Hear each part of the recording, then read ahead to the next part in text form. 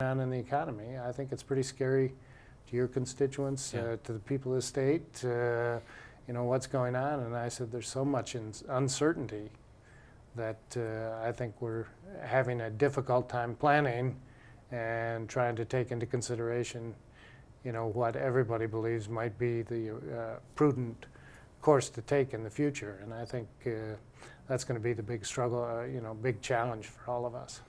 One of the things that you and I have probably been hearing very recently is with the big bailout discussions in Washington, there's even talk of large amounts of money coming back to the states. I guess this happened in 2002, 2003 when I was out of the legislature, but where the federal government did really put a lot of money back into a number of the states.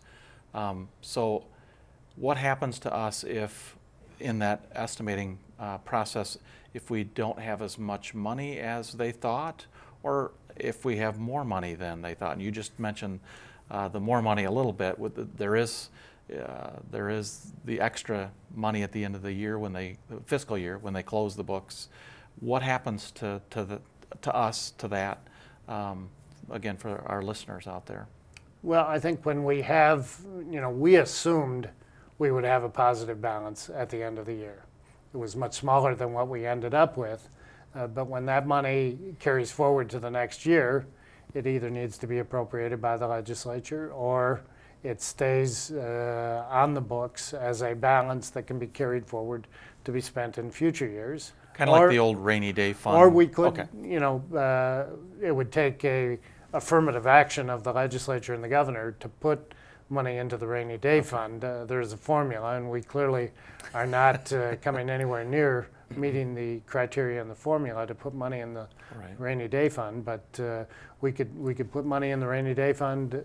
We could leave it on the books as revenue to balance future budgets. And that's what I think we did this year, and we're in discussions right now on what we do with the $400 million that in excess of what we anticipated we would have both in revenues and reduced spending.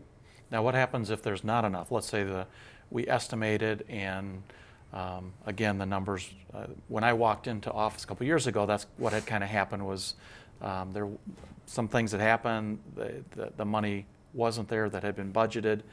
Now, you're in charge. What's the process? What happens under those circumstances? Well, I walked into this job at the same time you got elected to the Senate, and I think we both faced the same daunting prospects of where we had a budget that was passed prior to the election the year before, and with fairly optimistic assumptions. And the bottom fell out of Michigan's economy.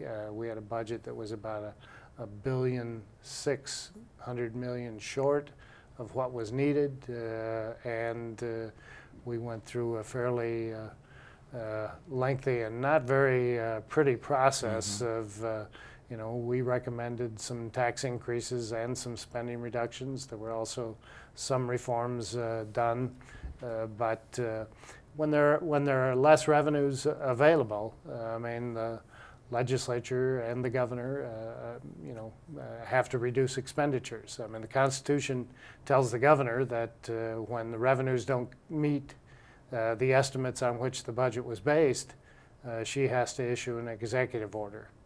And an executive order is an order from the governor reducing certain lines of expenditures in the state budget. And that has to be then sent to the legislature, where the House and Senate Appropriations Committees have to vote either to accept those executive order recommendations or pass something of their own. They can accept or reject it. If they're rejected, at some point in time, we need to balance the budget. The Constitution requires us to balance the budget. We don't have the same luxury the federal government does. Right. Nobody's given me a printing press, and that didn't come in the office. So, we try to make sure we manage those expenditures to make sure we don't overexpend. But most of the time, we have to come to the legislature and work with them to work out a solution on where we ought to cut and whether or not we ought to raise any additional revenue. And I think after last year, there probably aren't many people inclined towards raising revenue. So should we face any other shortfalls, I mean, it's either going to be dependent on federal stimulus plans that you've talked about or cutting budgets. Right. Well, I know that our time is getting short, so I have two questions from my constituents back home, and I'm going to read them to you, and I won't use their full name, but I'll use their first name.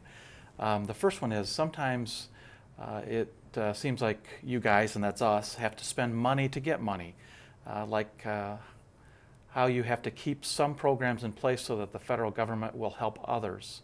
Why is that? And that's Andrew from my Grand Rapids area. Well, I think the federal government provides money to states, and in many instances the federal government looks at it as a partnership program, you know, and that they're willing to provide substantial amounts of funding for programs, specific programs, but only if states choose to spend some money on it as well. And they will normally match state money. We have a children's health insurance program where they match 4-for-1 dollars that we spend. I mean, and for most of us, and I think you included, it would be silly of us not to take advantage of 4 federal dollars for every dollar we would spend here, especially for the good cause of ensuring that children have health insurance.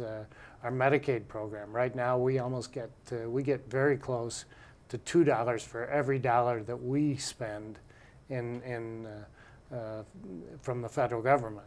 Okay, great. Thank you. I'd like to go into a lot of other things, but I know our time's limited. So I'm going to ask you the last question. It appears things have gotten very complicated in the past couple of years compared to budget discussions in the past. Are there any specific factors that could be causing this? And this is Catherine in Gaines Township. Well, I said earlier, you know, part of the problem might be they hired somebody who was more a politician than a technician. No, I think, you know, I mean, in the last couple of years, I think some things have happened in the economy that no one anticipated, even the economists who make projections. And we also introduced into the solutions a tax increase. And tax increases aren't very popular. A lot of contention, a lot of different views on how that ought to be dealt with. And you know, I think, so, you know, probably last year was much more contentious and different than previous years because we had gone probably 6-8 years thinking we could reduce taxes every year. And I was in the legislature, and during the previous governor's administration, we started rolling back the income tax from 4.4% to 3.9%. And that deprived the state of revenue, and we put that into place during a year in which we had very good revenues. And it made sense at that time. But by the time those tax cuts started taking effect, the economy had changed considerably. Well, appreciate that very much, your answers. You have a lot of history, a lot of wisdom. I appreciate you coming onto the show today. And for myself, I appreciate you listening today, and thank you for joining us at the Jansen Journal In Depth today. Thank you very much, and thank you again, Bob. Thank you, Mark. All right.